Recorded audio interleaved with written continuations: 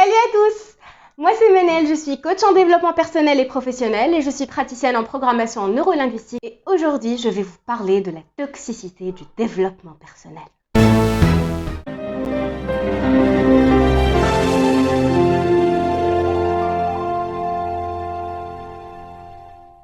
Disclaimer, avant de commencer, je pense que le développement personnel est un outil très utile pour nous aider à avancer dans notre vie, pour réaliser et concrétiser nos objectifs. Il a beaucoup impacté positivement ma vie et j'en ai fait mon métier, donc c'est pour vous dire à quel point j'y crois. Ceci dit, j'aimerais que vous évitiez les pièges dans lesquels je suis tombée. Donc j'ai commencé le développement personnel il y a 7-8 ans maintenant et j'ai commencé sur YouTube, du coup j'en consommais en fait des tas. Parfois on tombe sur des vidéos juste fabuleuses et parfois on tombe sur des vidéos qui sont juste de là. Et du coup j'aimerais vraiment vous aider à y voir plus clair et à cerner en fait ce qui est utile de ce qui ne l'est pas. Maintenant que je dis ça, j'ai l'impression d'être Madame je sais tout. Moi je sais. Non, en fait, je sais rien. Je veux juste partager mon expérience très humblement. et voilà. Peut-être que vous partagerez mon avis, peut-être pas. Dites-le moi en commentaire, dans tous les cas. La première erreur que j'ai faite, c'est d'adhérer complètement au mindset tout ou rien. C'est pour les personnes qui pensent que si elles ne font pas quelque chose de productif H24, elles sont bonnes à rien. Que toute leur journée est gâchée, qu'ils n'ont rien fait. Je vous dis ça parce que, encore une fois, j'en ai souffert. J'en ai tellement souffert que je me suis faite coacher par rapport à cette problématique-là. Parce que, en fait, j'avais deux périodes dans ma vie. Soit j'étais dans la super productivité où ma journée était calculée à la seconde et où j'étais super fière de moi parce que j'étais dans la production, j'étais dans la création. Soit je me sentais comme une vraie loque en fait. Je passais mes journées devant Netflix, je bouffais n'importe comment. Et que si je n'arrivais pas à réaliser ma to-do list d'une quinzaine de tâches, je me sentais comme une vraie ratée. Et c'est ça en fait le mindset que j'ai dû shifter. C'est de me dire que non, je ne suis pas en train de ne rien faire.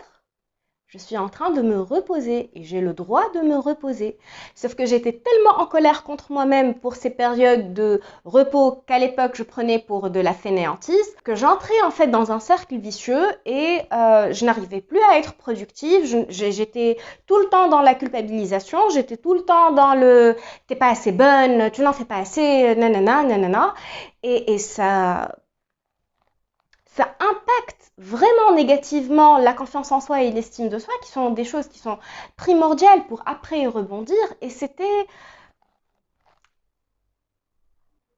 Bref, c'était la voie royale vers le burn-out et je ne le recommande à personne. Et on a le droit de se reposer. J'ai fini par apprendre ça. Et on n'est pas obligé d'être productif H24. Et donc, ce que je veux dire, c'est que pour ma part, je ne sais pas comment ça se passe pour vous, mais pour moi, en fait, les périodes étaient successives.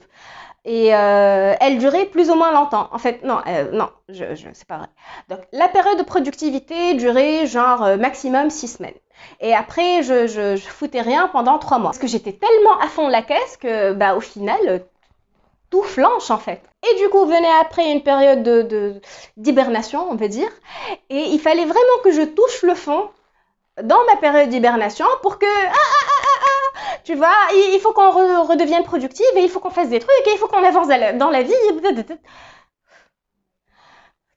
Je suis beaucoup plus équilibrée maintenant, merci de le demander. Pour moi, ce mindset a été stimulé par les vidéos de motivation qu'on trouve sur YouTube, avec ces influenceuses à la routine parfaite, avec une morning routine et une night routine, et elles vont au sport et elles bossent. Il y a aussi les autres gourous sur YouTube qui nous martèlent des croyances du type moi, je ne dors pas quand je suis fatiguée, moi, je dors quand j'ai fini. Bref. C'est le truc le plus antiproductif que j'ai vu de ma vie. Ça ne m'a pas permis d'avancer autant que j'aurais voulu parce que mon système n'était pas équilibré. Du coup, pour moi, à un certain moment, après le coaching, la fable du lièvre et de la tortue prenait tout son sens. Ce que je veux dire, c'est qu'il ne faut pas qu'on s'impose à nous-mêmes des attentes irréalistes. D'accord? Nous ne sommes pas des machines. Nous sommes des êtres humains, nous avons des émotions, nous avons un cycle hormonal, nous avons besoin de dormir, nous avons besoin de nous reposer. Ça fait partie du jeu en fait. Il n'y a rien qui presse au final. Et juste pour vous dire, même les machines, on les arrête pour faire des maintenances préventives. Donc, on respire, vraiment, on respire. Le deuxième truc que je trouve toxique, c'est le fait de donner la même recette pour tous. Donc, concrètement, pour être productif et pour réussir dans sa vie, il faut se réveiller à 5 heures du mat, il faut manger healthy, il faut aller faire du sport et puis il faut aller bosser et donner le maximum au boulot et puis il faut travailler sur ton side hustle parce que c'est comme ça que tu vas devenir riche et rebelote. C'est du grand n'importe quoi. On appelle ça développement personnel.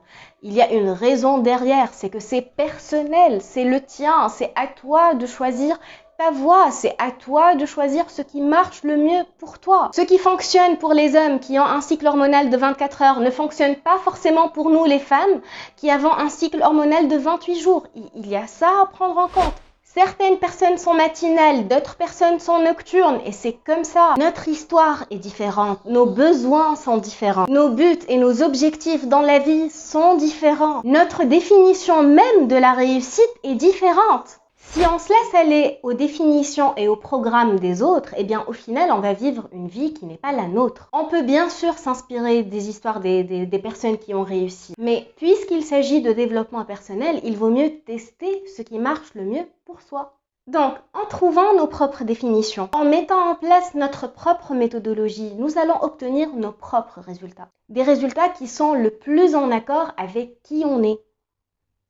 Sachez que si vous empruntez la voie du développement personnel, eh bien c'est une voie, c'est un chemin qui n'en finit pas. Chaque étape de votre vie exigera une nouvelle version de vous. Le développement personnel est un processus de découverte et de création.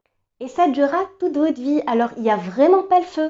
Testez, faites des erreurs, apprenez de vos erreurs et recommencez. Et ainsi de suite. X et Y ne sont pas meilleurs que nous. Nous avons en nous nos propres capacités, nos propres ressources. Notre différence est un avantage. C'est une quête personnelle. Alors, suivez votre cœur et écoutez votre corps. Sur ce, je vous souhaite à tous une excellente journée. À bientôt. Au revoir.